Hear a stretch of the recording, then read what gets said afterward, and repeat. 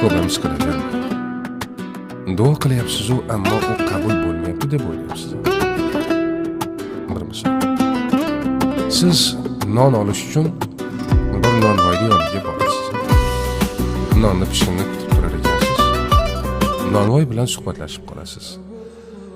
Va sizning xushsuhbatligingizdan nonvoy sizni yoqtirib qoladi.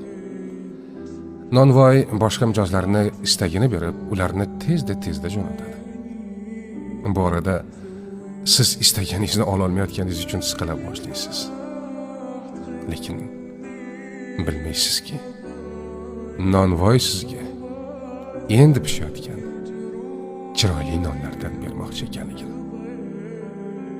Shunday ekan, doim shukr qiling va alhamdulillah deng.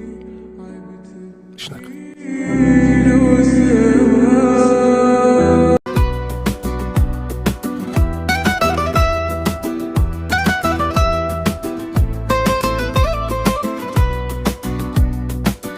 Siz men uchun minnat bir olamdirsiz.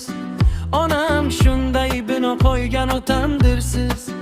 Siz men uchun minnat bir olamdirsiz. Onam shunday bino qo'ygan otamdirsiz. Siz yonimda boyligim, siz kimdan kamman? Duoyingiz bilan elda mukarramman. Siz yonimda boyligim, siz kimdan kamman? Duoyingiz bilan elda mukarramman. Xonadonim chiroqi siz shu sababdan, ko'cha ko'yda yurganimda cho'tirjanman. Yo'g'oshodon duo dardli olamdirsiz. Onam shunday bino qo'ygan otamdirsiz.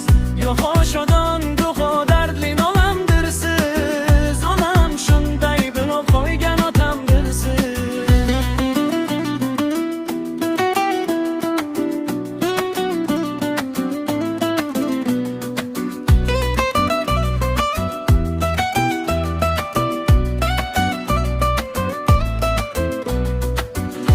Ota desam yayragaydir zabonlarim, siznikidir sürgen davru davronlarim. Ota desam yayragaydir zabonlarim, siznikidir sürgen davru davronlarim. Sizni quchib bobum deya erkalasa, quvonaman jonim qizim o'g'lonlarim.